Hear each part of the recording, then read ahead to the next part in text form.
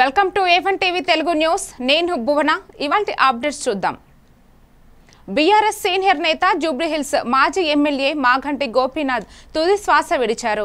గత కొన్ని రోజులుగా అనారోగ్యంతో బాధపడుతున్న ఆయన ఆదివారం తెల్లవారుజామున కన్నుమూశారు. మాధాపూర్లోని ఆయన నివాసానికి నేతలు, కార్యకర్తలు, అభిమానులు భారీగా తరలివచ్చారు. కేటీఆర్, హరీష్ రావు, ప్రశాంత్ రెడ్డి, సబితా ఇంద్రారెడ్డి తదితరులు ఆయనకు నివాళులర్పించారు. గోపీనాథ్ మృదు స్వభావి నేతగా, అభివృద్ధికి అంకితమై పనిచేసిన నేతగా గుర్తు చేసుకున్నారు. పార్టీకి తీరని లోటుగా వారు వ్యాఖ్యానించారు. బీఆర్ఎస్ తరపున కుటుంబానికి అండగా ఉంటామని హామీ ఇచ్చారు.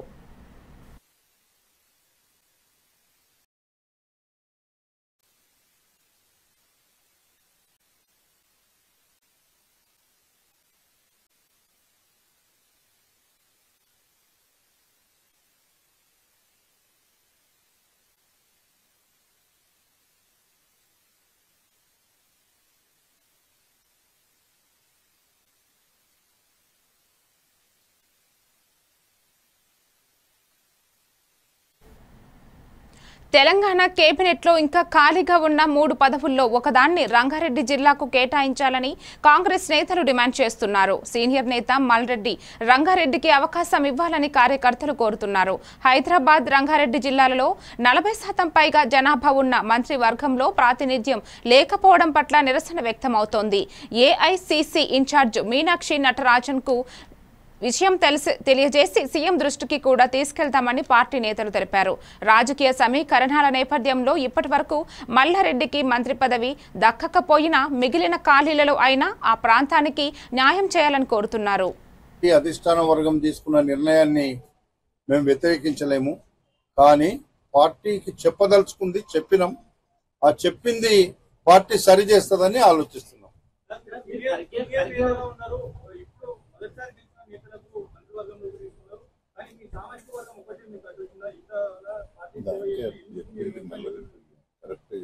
నేను ఒక్కటమ్మా, ఒకవేళ నా సామాజిక వర్గమే అడ్డొస్తే అవసరమైతే ఆ మాట మీద కట్టుబడి ఉన్నా. ఆ రోజు నేను చెప్పినా, ఒకవేళ రంగారెడ్డి జిల్లాకు, హైదరాబాద్ జిల్లాకు ఈ జిల్లాల ప్రాతినిధ్యం లేకపోతే పార్టీ నష్టం జరుగుతుంది. పార్టీ కోసమైన తెలంగాణ రాష్ట్రంలో కొత్తగా ఏర్పడిన మంత్రివర్గంపై కాంగ్రెస్ సీనియర్ నేత మహేష్ గౌడ్ స్పందించారు. కుల సమతుల్యంతో 2 పదవులు ఎస్సీ, బీసీ వర్గాలకు ఇచ్చినట్లు చెప్పారు. మల్రెడ్డి రంగారెడ్డి గారు సీనియర్ నేతగా మంత్రి పదవికి అర్హులని, ఆయనకు అవకాశం కల్పించాల్సిందిగా పార్టీలో చాలా మంది కోరుతున్నారని తెలిపారు. ప్రస్తుతం మరో 3 మంత్రి పదవులు ఖాళీగా ఉన్న నేపథ్యంలో హైదరాబాద్, రంగారెడ్డి ప్రాంతానికి ప్రాధాన్యం ఇవ్వాలని డిమాండ్ చేస్తున్నామన్నారు. ఈ ప్రాంతానికి 40% పైగా జనాభా ఉన్నప్పటికీ కేబినెట్ లో ప్రాతినిధ్యం లేకపోవడం అన్యాయమన్నారు. తమ విజ్ఞప్తిని సీఎం, ఏఐసీసీ పెద్దలకు తెలియజేస్తామని హామీ ఇచ్చారు. ఇవాళ చేయడం జరిగింది. కులాల సమతుల్యం పాటిస్తూ 2 మంత్రి పదవులు ఎస్సీకి, 1 బీసీకి ఇవ్వడం జరిగింది. మంత్రివర్గంలో స్థానం కోసం మా రంగన్న చాలా సీనియర్ నాయకుడిగా మంత్రివర్గంలో చోటు కోసం ప్రయత్నం చేయడం, వస్తుందని ఆశించడం, మేమంతా కూడా రంగన్నకి రావాలని కోరుకోవడం జరిగింది. సమీకరణలు దృష్ట్యా, వీళ్ళ ఈ రాష్ట్రంలో కుల సర్వే చేసిన దృష్ట్యా చాలా కోణాల నుంచి ఏఐసీసీ పెద్దలు ఆలోచించి 3 మాత్రమే కేబినెట్ మంత్రులు ఇవాళ తీసుకోవడం జరిగింది. ఇంకా 3 కేబినెట్ బర్తులు ఖాళీగా ఉన్నాయి. ఇవాళ రంగారెడ్డికి వచ్చినప్పుడు రంగన్న కానీ, వారి నాయకత్వంలో పనిచేసే కాంగ్రెస్ సీనియర్ నాయకులు కానీ, కార్యకర్తలు కానీ, వారి కోరిక సమంజసమైనది. ఈ రాష్ట్రంలో హైదరాబాద్ రంగారెడ్డి ప్రాంతంలో దాదాపు 40% పైగా జనాభా, ఈ రాష్ట్ర జనాభాలో 40% జనాభా ఈ ప్రాంతంలో ఉంటారు. కాబట్టి ఈ ప్రాంతానికి క్యాబినెట్లో చోటు కల్పించాలని వారి సమంజసమైన కోరిక మాకు చెప్పడం జరిగింది. ఇది మేము కూడా సమంజసమైన కోరికనే భావిస్తూ ఉన్నాం. రంగన్న గారితో మాట్లాడడం జరిగింది. వారి నేతృత్వంలో పనిచేస్తున్నటువంటి ప్రజాప్రతినిధులు, కార్యకర్తలతో మాట్లాడడం జరిగింది. వారి ఆవేదన, వారి బాధని కూడా వినడం జరిగింది. ఇవన్నీ కూడా ఏఎస్ ఇన్ఛార్జిగా ఉన్నటువంటి మీనాక్షి నటరాజన్ ఇక్కడ రావాల్సి ఉండే కొన్ని కారణాలు రాలేకపోయింది. వారికి, ముఖ్యమంత్రి గారికి, అదేవిధంగా కాళేశ్వరం కమిషన్ ముందు ఈటల రాజేందర్ అబద్దాలు చెప్పారని వ్యవసాయ మంత్రి తుమ్మల నాగేశ్వరరావు తీవ్రంగా ఆగ్రహం వ్యక్తం చేశారు. కమిషన్ కు ఇచ్చిన వాగ్మూలంలో నిజం లేకుండా తప్పుడు సమాచారం ఇచ్చారని ధ్వజమెత్తారు. సబ్ కమిటీ పేరు మీద ఏ విధంగా మభ్య పెడుతున్నారని ప్రశ్నించారు. కాళేశ్వరం కోసం పెట్టిన సబ్ కమిటీ కాదని, ఆన్ గోయింగ్ ప్రాజెక్టుల ఖర్చులపై ఆ కమిటీ పని చేసిందని తుమ్మల తెలిపారు. కమిషన్ కు అందించిన సమాధానాలు వాస్తవాలతో పొంతన లేకుండా ఉన్నాయని విమర్శించారు. ప్రజలను తప్పుదారి పట్టించే ప్రయత్నాలు ఎక్కువ రోజులు సాగవని తుమ్మల హెచ్చరించారు. నేనున్నా కాబట్టి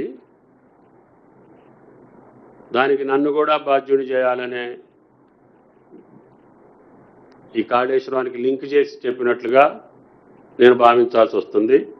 ప్రజలకు కూడా అది తప్పుడు సంకేతం వెళ్తుంది. ఆ తప్పుడు సంకేతాన్ని నివారించడం కోసమే నేను మీ ద్వారా రాష్ట్ర ప్రజలకి విజ్ఞప్తి చేయడానికి మిమ్మల్ని అందరిని ఆహ్వానించడం జరిగింది.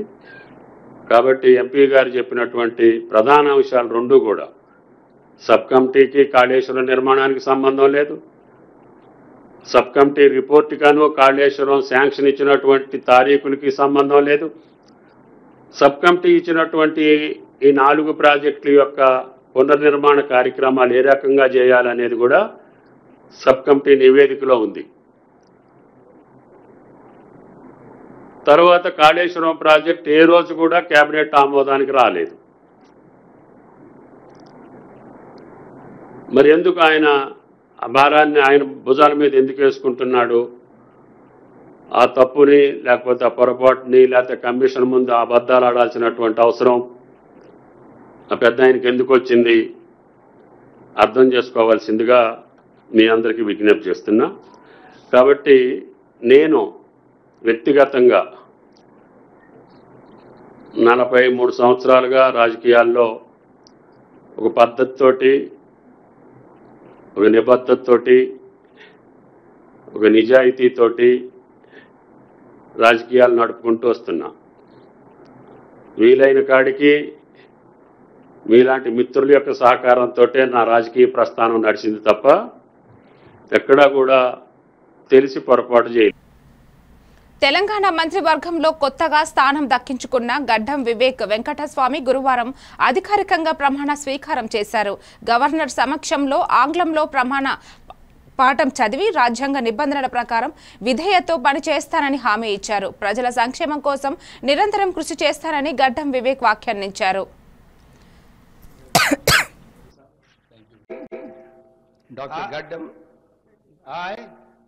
Dr. Gaddam Vivek Venkateswamy, do swear in the name of God that I will bear true faith and allegiance to the Constitution of India as by law established, that I will uphold the sovereignty and integrity of India, that I will faithfully and conscientiously discharge my duties as a minister for the state of Telangana, and that I will do right to all manner of people in accordance with the Constitution and the law, without fear or favor, affection or ill will.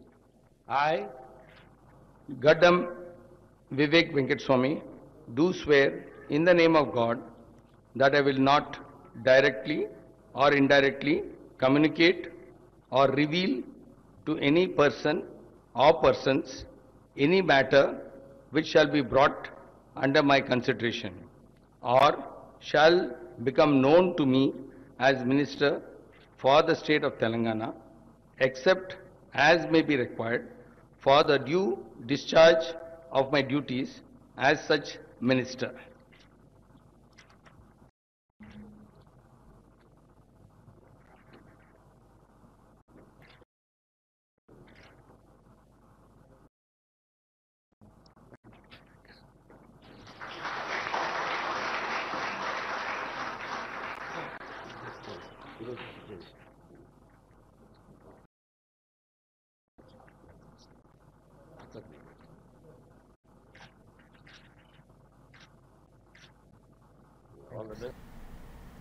Telangana రాష్ట్ర కొత్త మంత్రిగా వాకిటి శ్రీహరి ప్రమాణ స్వీకారం చేశారు. రాష్ట్ర రాజ్ భవన్ లో జరిగిన ఈ కార్యక్రమంలో ఆయన దైవ సాక్షిగా భారత రాజ్యాంగాన్ని విధేయతతో కష్టపడి పని చేస్తానని శపథం చేశారు. శ్రీ అడ్లూరి లక్ష్మణ్ కుమార్ గారు.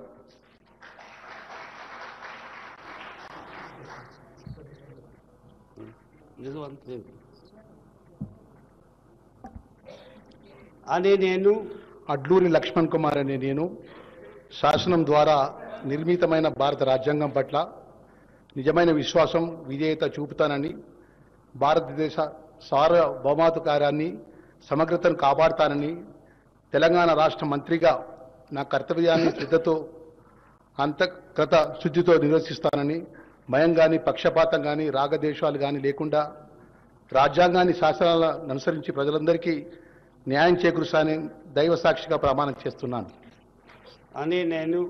నేను అడ్లూరి లక్ష్మణ్ కుమార్ అనే నేను తెలంగాణ రాష్ట్ర మంత్రిగా నా పరిశీలనకు వచ్చినా లేదా నాకు తెలియవచ్చినా ఏ విషయాన్ని కర్తవ్యాలను సక్రమంగా నిర్వహిస్తానని, అవసరమైన మేరకు తప్ప ప్రత్యక్షంగా కానీ పరోక్షంగా కానీ ఏ వ్యక్తికి లేదా వ్యక్తులకు తెలియపరచనని లేదా వెల్లడించనని దైవ సాక్షిగా ప్రమాణం చేస్తున్నాను.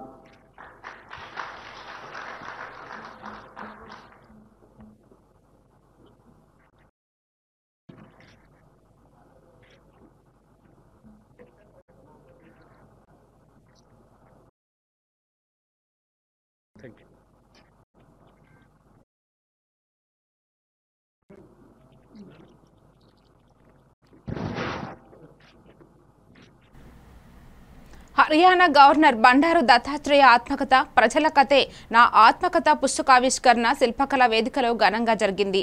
ఈ కార్యక్రమానికి ముఖ్యమంత్రి రేవంత్ రెడ్డి, తెలంగాణ మంత్రివర్గం సభ్యులు హాజరయ్యారు. దత్తాత్రేయను అన్ని వర్గాల ప్రజలతో సన్నిహితంగా మెలిగిన ప్రజల మనిషిగా అభివర్ణించిన సీఎం ఆయన జీవిత పాఠాలు కొత్త నాయకులు నేర్చుకోవాల్సిన అవసరం ఉందన్నారు. జనార్దన్ రెడ్డితో పాటు దత్తాత్రేయ కూడా హైదరాబాద్ ప్రజల గుండెల్లో చెరగని ముద్ర వేసుకున్నారని చెప్పారు. బీజేపీ నేత అయినా ఆయన పట్ల తమకు ఉన్న గౌరవంతోనే కాంగ్రెస్ ప్రభుత్వం మొత్తం ఈ కార్యక్రమానికి హాజరైందని స్పష్టం చేశారు. దత్తాత్రేయ గారు ప్రజలతో ఉన్న అనుబంధాన్ని అత్యంత సామాన్యమైన ప్రజలతో, అది గౌలిగూడ గల్లీ కావచ్చు లేకపోతే రామ్నగర్ బస్తీ కావచ్చు, వారు మహారాజ్గంజ్ మొట్టమొదటిసారి శాసనసభ్యులుగా పోటీ చేసినప్పటి నుంచి మొదలు పెడితే వారు సికింద్రాబాద్ పార్లమెంట్ సభ్యులుగా, కేంద్ర రైల్వే శాఖ మంత్రిగా, అర్బన్ డెవలప్మెంట్ మినిస్టర్గా, హిమాచల్ ప్రదేశ్ గవర్నర్గా, ఈనాడు హర్యానా అత్యంత కీలకమైన రాష్ట్రానికి గవర్నర్గా, వారు గౌలిగూడ గల్లీ నుంచి హర్యానా గవర్నర్గా సుదీర్ఘమైన ప్రయాణంలో ఎన్నో హోదాలను, రాజకీయంగా ఎన్నో ఒడిదుడుకులను చూశారు. కానీ ఏ రోజు కూడా వారు ప్రజలతో సంబంధాలను కోల్పోలేదు. వారు కేంద్ర మంత్రిగా ఉన్నప్పుడు కూడా ఢిల్లీకు పార్లమెంట్ సందర్భంలో వెళ్ళినా 2-3 రోజుల కంటే ఎక్కువ అక్కడ ఉండేవాడు కాదు. శుక్రవారం వస్తే మళ్ళీ హైదరాబాద్కే వచ్చి ఏ చిన్న షాప్, లోకల్ కార్పొరేటర్ కూడా ప్రారంభించడానికి రావడానికి వెనక ముందు చేస్తే పెద్దలు దత్తాత్రేయ గారు వచ్చి చిన్న గల్లీలలో పాండప్ప కూడా పేదవాడు ప్రారంభించుకుంటున్నంటే దత్తాత్రేయ గారు వచ్చి ప్రారంభించేవాళ్ళు. ఇదే నాకు వారితో ఉన్న 40 సంవత్సరాల అనుబంధంలో 40 సంవత్సరాల నుంచి దత్తాత్రేయ గారిని చాలా దగ్గరగా నేను వారిని చూస్తున్నా. ఇంతకుముందు రాణి రుద్రమ్మ గారు చెప్పినట్టు దత్తాత్రేయ గారి కుటుంబంతో, పెద్దలు కిషన్ రెడ్డి గారి కుటుంబంతో నాకు చాలా సన్నిహిత సంబంధాలు ఉన్నాయి, అది అందరికీ తెలుసు. నేను మొన్న నీతి ఆయోగ్లో పాల్గొన్నప్పుడు ప్రధానమంత్రి గారితో మధ్యాహ్నం భోజన వేదిక మీద కూర్చున్నప్పుడు వారు చంద్రబాబు నాయుడు గారిని చూపించి ఆప్కే సాథీ అస్త్రం యాప్ను ప్రజల వినియోగానికి తీసుకువచ్చినట్టు మంత్రి వంగలపూడి అనిత తెలిపారు. ఈ యాప్ ప్రధానంగా రియల్ టైమ్ ట్రాఫిక్ సమాచారం అందించడంతో పాటు ట్రాఫిక్ ఎక్కువగా ఉన్న ప్రాంతాలను ముందుగానే గుర్తించి ప్రత్యామ్నాయ మార్గాల్లో ప్రయాణించేందుకు దోహదపడుతుందని, విజయవాడలో దుర్గాష్టమి నవరాత్రుల సందర్భంగా ఈ యాప్ విజయవంతంగా పనిచేస్తుందని చెప్పారు. విశాఖలోనూ ఇదే విజయాన్ని మళ్లీ పునరావృతం చేస్తుందన్న విశ్వాసాన్ని ఆమె వ్యక్తం చేశారు.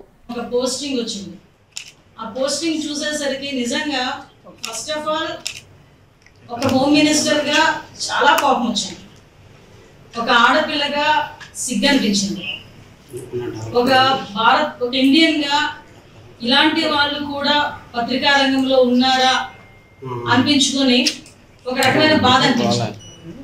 అంటే పరిస్థితులు ఎలా ఉన్నాయంటే ఒక ఎథిక్స్ మెన్షన్ చేసుకొని ఒక ప్రభుత్వానికి ప్రజలకి మధ్యగా వారధిగా ఉండాల్సిన పత్రికా సోదరులు కానీ అదేవిధంగా పత్రికా రంగాలు కానీ ఈరోజు ఎవరు అభిష్టం మేరకో లేకపోతే ఎవరి కళలో ఆనందం చూడటానికో నోటికి వచ్చినట్టు మాట్లాడే పరిస్థితి నిజంగా చాలా, దాన్ని ఎలా నాకు వ్యక్తపరచాలో కూడా నాకు అర్థం కావట్లేదు, బాధని ఎలా వ్యక్తపరచాలో కూడా నాకు అర్థం కావట్లేదు. ఎందుకంటే ఈ రోజు మన సిచ్యువేషన్ ఎంతో మందికి ఒక జర్నలిస్ట్ అనేసరికి ఒక పొలిటికల్ లీడర్కి అంత వాల్యూ ఇస్తారో లేదో నాకు తెలియదు, కానీ జర్నలిస్ట్ ని అని ఎటువంటి సిచ్యువేషన్ లోనైనా మీ ఐడి కార్డ్ చూపించుకొని మీరు లోపలికి వెళ్ళి ఆ పని చేయించుకొని వచ్చే పరిస్థితి ఉంటుంది. అటువంటి జర్నలిస్ట్ ఒక మాట మాట్లాడితే దానికి ఒక అథెంటికేషన్ ఉంటుంది. ఒక జర్నలిస్ట్ ఒక విశ్లేషణ ఇస్తే దాన్ని బేస్ చేసుకొని దేశ రాజకీయాలే మారిపోయిన సందర్భాలు కూడా చాలా ఉన్నాయి.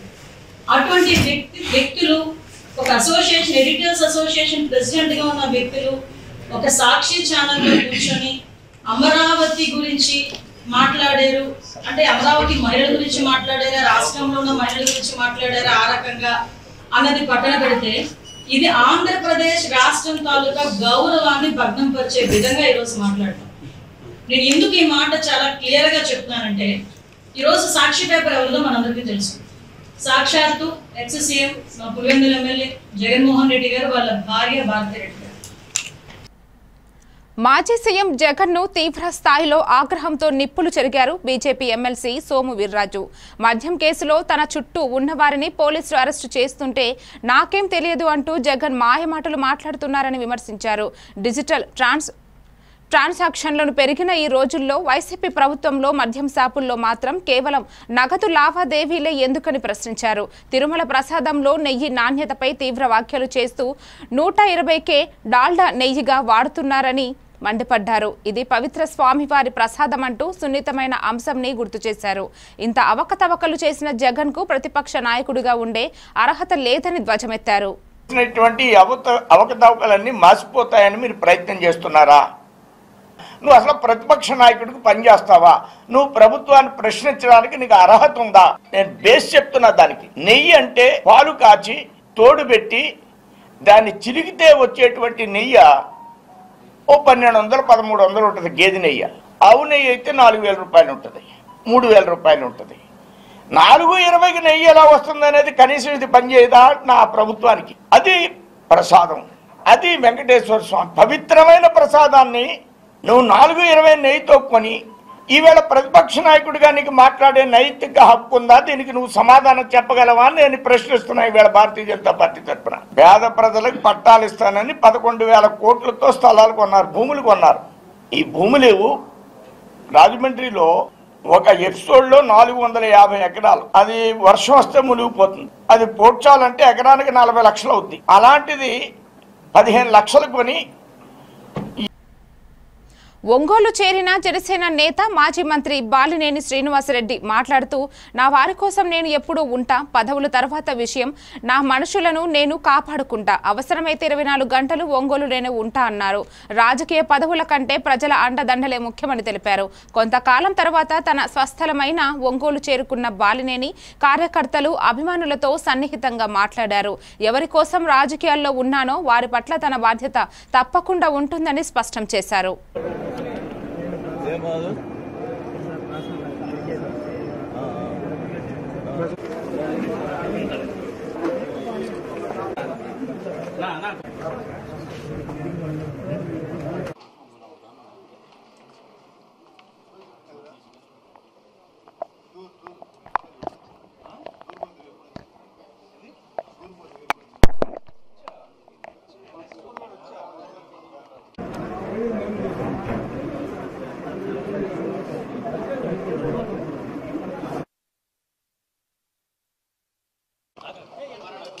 ఎవరేం చేసుకున్నా నా మనుషుల్ని నేను కాపాడుకుంటా, అవసరమైతే ఒంగోలులోనే 24 గంటలు ఉంటా. అది గుర్తుపెట్టాను. అంతే, పదవికి ఇది తర్వాత సంగతి. జూబ్లీహిల్స్ మాజీ ఎమ్మెల్యే మాగంటి గోపీనాథ్ కుటుంబాన్ని తెదేపా జాతీయ ప్రధాన కార్యదర్శి నారా లోకేష్ పరామర్శించారు. హైదరాబాద్లో మాగంటి నివాసానికి చేరుకున్న లోకేష్ ఆయన కుటుంబ సభ్యులకు ప్రగాఢ సానుభూతి తెలిపారు. మాగంటి గోపీనాథ్ మృతి పార్టీకి కుటుంబానికి తీరని లోటని అన్నారు. కుటుంబానికి అన్ని విధాలుగా అండగా ఉంటామని హామీ ఇచ్చారు. మాగంటి సేవలు చెరగని ముద్ర వేశాయన్నారు.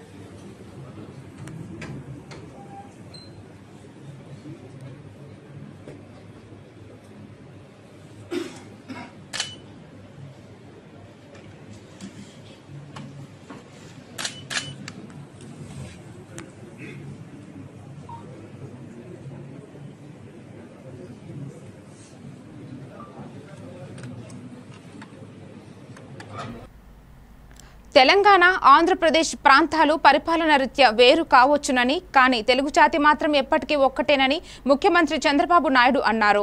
2 ప్రాంతాల ప్రజల మధ్య సోదరభావం కొనసాగాలని, అభివృద్ధి, శాంతి కోసం కలిసి పనిచేయాల్సిన అవసరం ఉందన్నారు. భవిష్యత్తులో తెలుగు ప్రజల శ్రేయస్సు కోసం 2 రాష్ట్రాల మద్దతుతో అనేక ప్రాజెక్టులు ముందుకు సాగాలని పేర్కొన్నారు. తెలుగు జాతిని ప్రపంచంలో నెంబర్ 1 స్థానానికి పెట్టడమే మనందరి యొక్క ఆలోచన. రాజకీయ పార్టీలు వేరు కావచ్చు, రాజకీయాల్లో కొంతమందికి అవకాశాలు వచ్చినప్పుడు వాళ్ళు పనులు చేయొచ్చు. ఈరోజు మనం గుర్తుపెట్టుకోవాలి, పివిఎన్ నరసింహారావు గారు ఈ గడ్డ మీద పుట్టిన వ్యక్తి. ఆర్థిక సంస్కృతి ఆదివారం ఉదయం విశాఖపట్నంలోని పోర్టు స్టేడియంలో యోగాంధ్ర కార్యక్రమం వైభవంగా జరిగింది. సీనియర్ సిటిజన్లు, యూసీటీ సభ్యులు, యోగా అసోసియేషన్ ప్రతినిధులు, అధికారులు, పిల్లలు, నగరవాసులు ఈ కార్యక్రమంలో ఉత్సాహంగా పాల్గొన్నారు. వందలాది మంది కలిసి వివిధ రకాల యోగాసనాలు వేశారు. ఆరోగ్యంపై ప్రజల్లో అవగాహన పెంచేలా యోగాసన ప్రదర్శనలు ఆకట్టుకున్నాయి.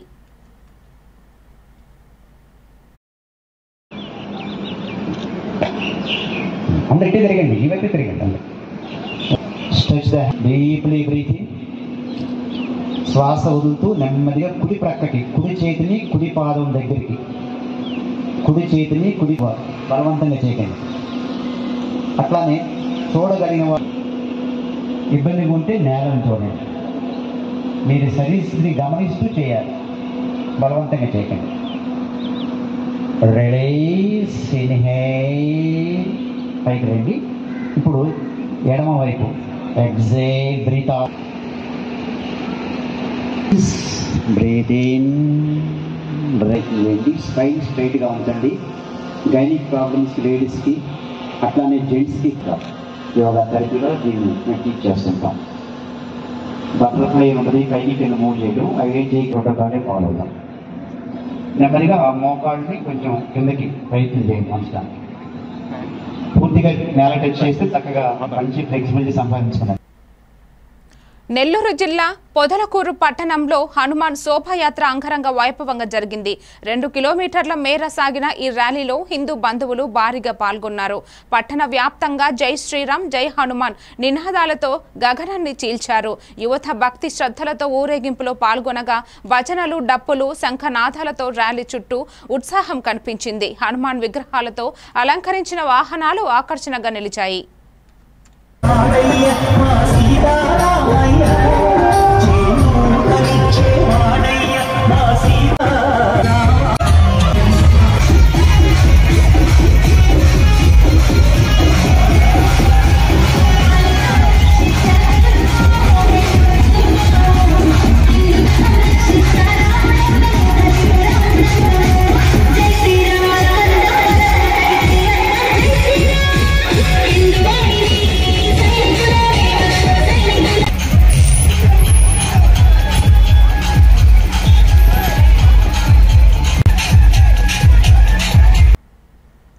మరిన్ని అప్డేట్స్ తో మళ్ళీ కలుద్దాం. Stay tuned to A1 TV Telugu news.